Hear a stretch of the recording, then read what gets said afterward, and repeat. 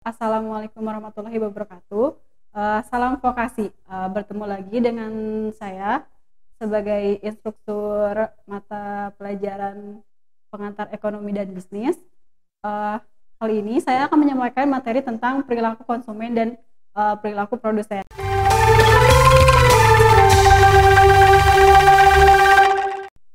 Di sini kita akan membahas tentang pengertian dari konsumsi. Nah, dalam ilmu ekonomi sendiri, konsumsi adalah suatu kegiatan yang bertujuan untuk mengurangi atau menghabiskan suatu faedah dari benda, barang, atau jasa dalam rangka untuk pemenuhan kebutuhan. Namun, kita harus berhati-hati dalam menentukan apakah suatu kegiatan ini dalam menggunakan suatu benda tersebut termasuk lingkup konsumsi atau tidak.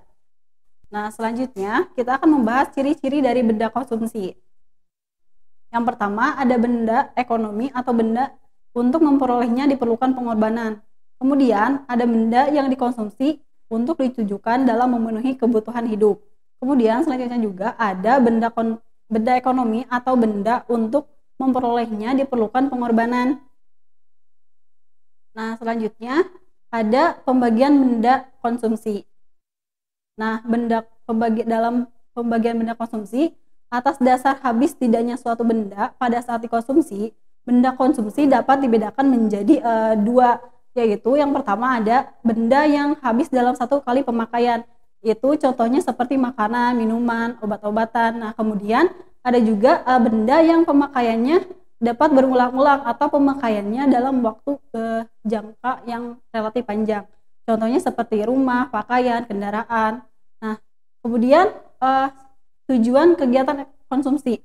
Tujuan kegiatan konsumsi ialah untuk memenuhi kebutuhan hidup secara langsung. Penggunaan benda-benda di luar tujuan tersebut tidak dikategorikan sebagai kegiatan konsumsi. Contohnya seperti penyewaan ruangan dan perlengkapan kebugaran pada sore hari oleh putri. Bukanlah untuk tujuan konsumsi, melainkan untuk menghasilkan uang. Nah, kegiatan ini bukanlah kegiatan konsumsi, melainkan kegiatan produksi. Kemudian, ada teori perilaku konsumen. Konsep dasar perilaku konsumen menyatakan bahwa konsumen pada umumnya selalu berusaha mencapai utilitas yang maksimal dari pemakaian benda yang dikonsumsi. Nah, apa sih yang dimaksud dengan utilitas? Ialah derajat seberapa besar suatu barang atau jasa untuk dapat memenuhi kebutuhan seseorang. Nah, utilitas juga sering dikatakan sebagai nilai guna atau kepuasan secara bergantian. Kemudian, teori perilaku konsumsi dapat menjelaskan bagaimana seorang konsumen memilih produk yang diyakini akan memberikan kepuasan maksimum dengan dibatasi oleh pendapat dan harga barang. Teori perilaku konsumen terakomodasi dalam pendekatan kardinal dan pendekatan ordinal. Nah, kemudian pendekatan kardinal ini adalah suatu pendekatan marginal utility. Pendekatan kardinal dalam analisis konsumen didasarkan pada asumsi bahwa tingkat kepuasan yang diperoleh konsumen dari suatu konsumsi atau barang dapat diukur dengan satuan tertentu seperti uang, jumlah atau buah. Semakin besar jumlah barang yang dikonsumsi, maka semakin besar pula tingkat kepuasan konsumen. Konsumen yang rasional berusaha memaksimalkan kepuasannya dengan pendapatan yang dimilikinya. Kemudian yang selanjutnya ada pendekatan ordinal. Nah, di samping dengan pendekatan kardinal, dalam hal konsumsi kita juga mengenal yang namanya pendekatan ordinal. Nah, pendekatan ordinal ini digunakan karena pendekatan kardinal memiliki beberapa kelemahan. Antara lain, karena pendekatan kardinal bersifat subjektif dalam penentuan nilai guna dan nilai guna marginal. Pendekatan ordinal membuat peringkat atau urutan kombinasi barang yang dikonsumsi. Nah, pendekatan ordinal ini dilakukan dengan menggunakan analisis kurva indiferensi. Nah, apa sih kurva indiferensi ini? Kurva indiferensi ialah kurva yang menunjukkan berbagai titik kombinasi suatu barang yang memberikan kepuasan yang sama. Mengukur kepuasan konsumen melalui pendekatan ordinal dengan menggunakan kurva indiferensi. Kemudian kurva indiferensi ini kurva yang menunjukkan berbagai titik kombinasi dua barang yang memberikan kepuasan yang sama. Mengukur kepuasan konsumen melalui pendekatan ordinal dengan menggunakan kurva indiferensi didasarkan pada 4 hal, yaitu yang pertama ada konsumen mempunyai pola preferensi akan barang konsumsi yang dinyatakan dalam bentuk peta indiferensi. Kemudian konsumen mempunyai pendapatan tertentu. Kemudian konsumen harus berusaha mendapatkan kepuasan maksimum dari barang-barang yang dikonsumsinya. Kemudian yang terakhir ada kurva indiferensi yang semakin jauh dari titik nol menggambarkan kepuasan yang semakin tinggi. Nah, yang selanjutnya ada perilaku produsen. Nah, pengertian dari produksi. Nah, produksi sendiri sering diartikan sebagai tindakan menghasilkan barang-barang. Pembuatan berbagai jenis barang hanyalah sebagian kegiatan dari produksi. Nah, dalam ilmu ekonomi, pengertian produksi tidak hanya sekedar menghasilkan barang-barang, tetapi juga lebih luas dari konteks tersebut.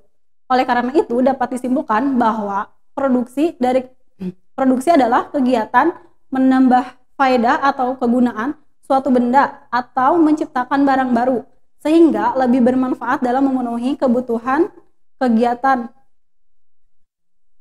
menambah faedah suatu benda dengan mengubah sifat dan bentuknya disebut barang produksi.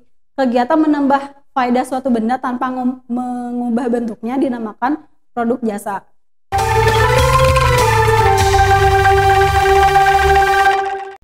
Nah, dalam kegiatan produksi sendiri ada dua jenis, yaitu produksi barang dan produksi jasa. Yang pertama, produksi barang adalah dapat dibedakan menjadi barang konsumsi dan barang modal. Kemudian barang konsumsi itu merupakan barang yang siap untuk dikonsumsi.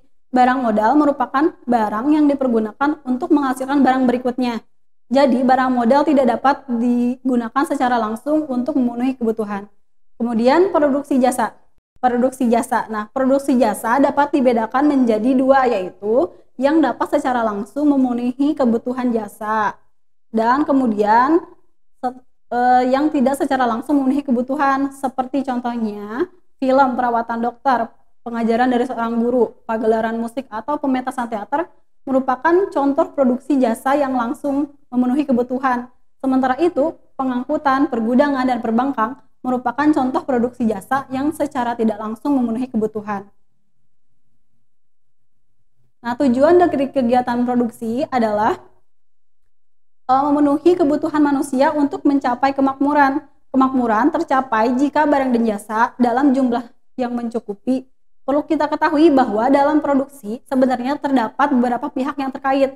Pertama, ialah pihak yang menghasilkan atau yang memproduksi barang dan jasa, yang biasa kita sebut sebagai produsen. Pihak kedua ialah pihak yang mengkonsumsi barang dan jasa tersebut, yang biasa disebut sebagai konsumen. Dari kepentingan pihak-pihak tersebut, tujuan produksi dapat juga dilihat secara khusus. Bagi pihak produsen, tujuan produksi adalah untuk meningkatkan keuntungan serta menjaga kesinambungan perusahaan. Bagi konsumen atau masyarakat, tujuan produksi adalah untuk menyediakan berbagai benda pemuas kebutuhan. Kemudian ada faktor-faktor dari produksi. Faktor produksi adalah segala sesuatu yang dibutuhkan untuk memproduksi barang dan jasa. Nah, yang pertama itu ada dari faktor alam, kemudian tenaga kerja, modal, keahlian, sumber daya pengusaha, kemudian ada faktor produksi alam dan tenaga kerja disebut faktor asli atau utama. Sementara itu, faktor modal dan keahlian disebut faktor produksi turunan. Nah, faktor produksi alam ini adalah semua kekayaan yang terdapat di alam semesta yang dapat digunakan dalam proses produksi. Oleh karena itu, faktor produksi alam seringkali juga disebut sebagai faktor produksi asli Indonesia. Dikenal sebagai negara yang kaya akan bermacam faktor produksi alam. Contohnya seperti air, mineral, gas alam, minyak, dan terumbu karang.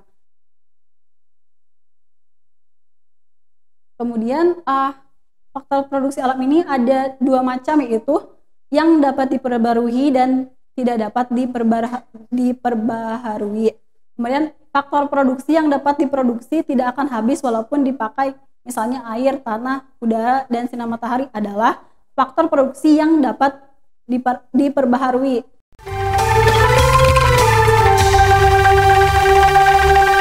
Untuk faktor produksi alam yang tidak dapat diperbaharui, ini tuh jenis waktu-waktu dapat habis bila digunakan terus-menerus. Faktor produksi jenis ini contohnya seperti batu bara, mineral, dan bahan tambang, termasuk faktor produksi yang tidak dapat diperbaharui. Nah, faktor produksi tenaga kerja. Nah, faktor produksi tenaga kerja atau labor merupakan faktor produksi yang tidak kalah pentingnya dibandingkan dengan faktor produksi lainnya. Tenaga kerja merupakan faktor produksi yang secara langsung maupun tidak langsung menjalankan kegiatan produksi. Kemudian, faktor produksi tenaga kerja juga dikategorikan sebagai faktor produksi asli. Walaupun mesin-mesin telah banyak menggantikan manusia sebagai pelaksana proses produksi, tapi keberadaan manusia mutlak diperlukan. Dalam faktor produksi sendiri, tenaga kerja ini terkandung seperti unsur fisik, pikiran, serta kemampuan yang dimiliki oleh tenaga kerja. Oleh karena itu, tenaga kerja dapat dikelompokkan berdasarkan kualitas atau kemampuan dan keahlian, dan berdasarkan sifat pekerjaannya. Kemudian yang selanjutnya ada faktor produksi modal. Modal atau kapital umumnya meliputi benda-benda hasil produksi yang digunakan untuk proses produksi barang-barang dan jasa. Fungsi faktor produksi modal adalah sebagai penunjang yang mempercepat atau menambah kemampuan dalam memproduksi. Nah, modal ini dapat digolongkan berdasarkan sumber, bentuk, kepemilikan, dan sifat. Kemudian ada juga faktor produksi keahlian. Nah, faktor ini merupakan faktor produksi yang terakhir, adalah keahlian atau skill, atau faktor produksi kewirausahaan. Faktor produksi keahlian merupakan faktor yang sangat penting dalam menentukan maksimal atau tidaknya suatu hasil proses produksi. Faktor produksi keahlian berperan dalam mengkoordinasikan atau mengarahkan faktor-faktor produksi agar produktivitas dapat meningkat. Jadi, faktor produksi keahlian ialah keahlian atau keterampilan yang digunakan seseorang dalam mengkoordinasikan dan mengelola faktor produksi untuk menghasilkan barang dan jasa.